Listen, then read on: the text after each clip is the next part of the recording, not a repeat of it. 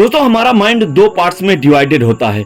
एक है conscious mind, दूसरा है सब कॉन्शियस माइंड, चेतन मन और अवचेतन मन। दोस्तों हमारे सब कॉन्शियस माइंड में इतनी पावर है कि आप जो चाहें, जो भी लक्ष्य पाना चाहें, जो भी बनना चाहें, जो भी बहुमूल्य वस्तु चाहते हैं और आप जिसे पाना चाहते हैं उसे पा सकते हैं, सिर्फ और सिर्फ सब कॉन्शियस माइंड की पावर को यूज कर। दोस्तों आज मैं आपको दो सच्ची घटनाओं से अवगत कराऊंगा और इससे आपका गोल एकदम क्लियर हो जाएगा कि किस तरह से आप अपने सबकॉन्शियस माइंड के पावर का इस्तेमाल कर आप अपनी मनचाही चीज पा सकते हैं। दोस्तों चलिए पहली घटना के बारे में मैं आपको बताता हूं। दोस्तों पिछले क्रिसमस पर नीना डब्ल्यू नाम की एक युवती जो दक्षिणी कैलिफोर्निया यूनिवर्सिटी की छात्रा है, बीवर्ली हिल्स के एक बेहतरीन शॉपिंग इलाके से गुजर रही थी।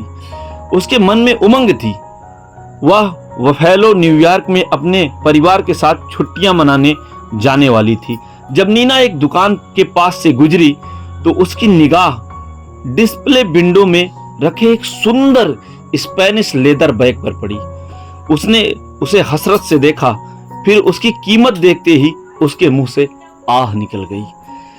दोस्तों वह खुद से कहने वाली थी कि मैं इतना महंगा बैग कभी नहीं खरीद पाऊंगी, लेकिन तभी उसको मेरे लेक्चर का वह वाक्य याद आया कि कभी भी किसी नकारात्मक वाक्य को पूरा मत करो, उसे तत्काल उलटकर सकारात्मक कर दो और आपके जीवन में चमत्कार हो जाएंगे। दोस्तों कांच के पार रखे बैग को घूरते हुए उसने कहा कि यह मेरा बैग है और यह किसी और के लिए नहीं है, यह मेरा है और मैं मानसिक रूप से स्वीकार करती हूं कि यह मुझे मिलेगा और मेरा अवचेतन मन यह सुनिश्चित करेगा कि यह मुझे ही मिलेगा। दोस्तों उसी शाम नीना को अपने मंगेतर से एक डिनर मिली और वह रैपर में लिपटा एक सुंदर तोहफा लाया था। सांस रोककर नीना ने उसे खोला और वहां पर वही लेदर बैग था जिसे उसने उसी दोपहर को देखा था और अपना मान लिया था।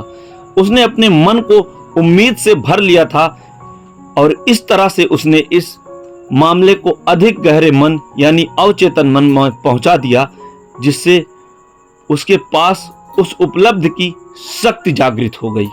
दोस्तों बाद में नीना ने मुझे बताया कि मेरे पास उस बैग को खरीदने लायक पैसे नहीं थे, लेकिन इसके बावजूद यह मुझे मिल गया। अब मैं जान चुकी हूँ कि मुझे धन और बाकी चाहिए चीज़ें कहाँ से और किस तरह से मुझे मिलेंगी। वह सब मुझे अपने भीतर के शाश्वत खजाने से ही मिलेंगे, सबकॉन्शियस माइंड के पावर से ही मिलेगी।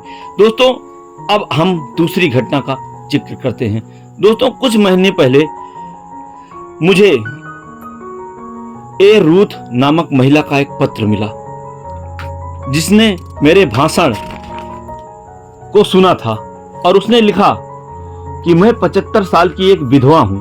मेरे बच्चे बड़े होने के बाद बाहर रहने के लिए चले गए थे। मैं अकेली रह गई थी और सोशल सिक्योरिटी तथा थोड़ी सी पेंशन पर गुजारा कर रही थी।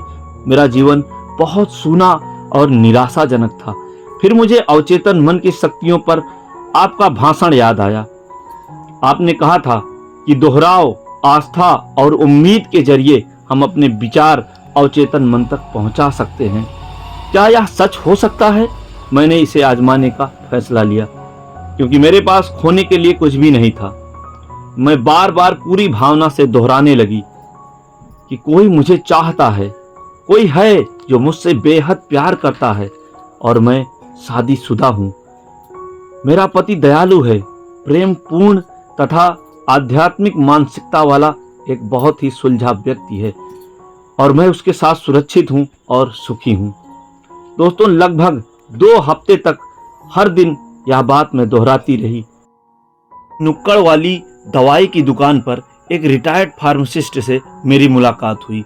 वह दयालु, समझदार और बहुत धार्मिक थे। वह मेरी प्रार्थना का आदर्श जवाब थे। 1 हफ्ते के भीतर ही उन्होंने मेरे सामने शादी का प्रस्ताव रख दिया।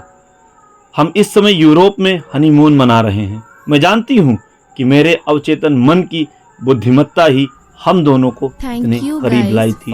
रूथ ने पाया कि खजाना उसी के भीतर था।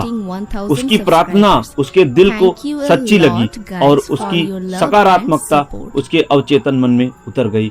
जो रचनात्मक संसाधन है, जिस पल उसने दृढ़ता से यह तस्वीर देखी, उसके अवचेतन मन ने आकर्षण के नियम द्वारा जवाब खोज लिया। बुद्धिमानी और समझदारी से भरा अवचेतन मन उसे और उसके नए पति को एक साथ ले आया।